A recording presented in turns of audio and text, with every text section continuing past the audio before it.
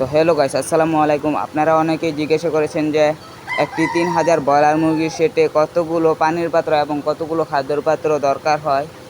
আমি আজকে আপনাদের ওই বিষয় নিয়ে আলোচনা করে জানাবো কতগুলো পানির পাত্র এবং কতগুলো খাদ্যের পাত্র একটি 3000 ব্রয়লার মুরগির সেটে লাগে।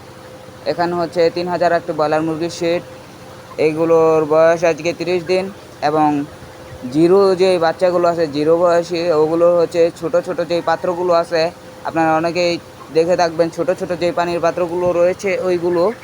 এবং খাদ্যের পাত্র হচ্ছে একটি লম্বা একটি খাদ্যের পাত্র আর একটি থাকে, এটি আপনাদের এখন দেখানো যাচ্ছে না। এটি হচ্ছে গোডাউনে থোয়া, অন্য কোনো ভিডিওতে আপনাদের দেখিয়ে দিব বাচ্চাদের কী খাবার দেওয়া হয়। এবং বড় মুরগির জন্য আজকে আপনাদের দেখাবো কতগুলো পানির পাত্র লাগে। তো পানির পাত্র হচ্ছে 60টি পানির পাত্র এবং 60টি খাদ্যের পাত্র লাগবে 3000 ব্রয়লার মুরগির সেটে। এই যে এতটুক দূরে দূরে আপনারা খাদ্যর পাত্র এবং পানির পাত্র এতটুক দূরে দূরে আপনারা দিয়ে দিবেন। এই যে দেখতে পাচ্ছেন এই সিরিয়ালে এক সমানভাবে প্রথম খাদ্যের পাত্র, তারপর পানির পাত্র, তারপর আবার খাদ্যর পাত্র, তারপর আবার পানির পাত্র, তারপর আবার খাদ্য, তারপর আবার পানি, তারপর আবার খাদ্য।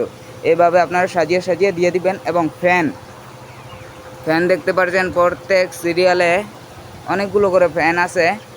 এগুলো হচ্ছে গরমের দিন ফ্যান দরকার হয়। যদি ফ্যান না থাকে মুরগি কিন্তু অনেক মরবে, স্ট্রোক করবে এবং অনেক মুরগি মারা যাবে। এই জন্য ফ্যান দরকার। এই যে স্ট্যান্ড ফ্যানও আছে, এগুলো হচ্ছে স্ট্যান্ড ফ্যান হচ্ছে 3টি এবং উপরে যেই ফ্যানগুলো আছে এগুলো হচ্ছে অনেকটি রয়েছে।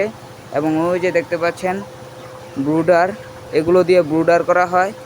আর মাঝে 3000 মুরগির জন্য মাঝে একটি শেড দিতে হয়, না হলে সব মুরগি একদিকে চেপে যেতে পারে।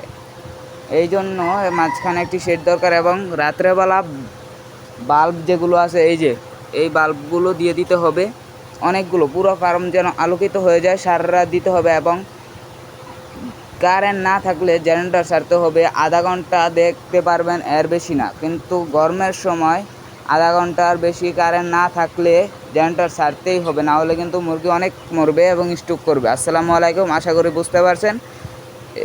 এইখান থেকে আমার ভিডিও শেষ করলাম। আসসালামু আলাইকুম।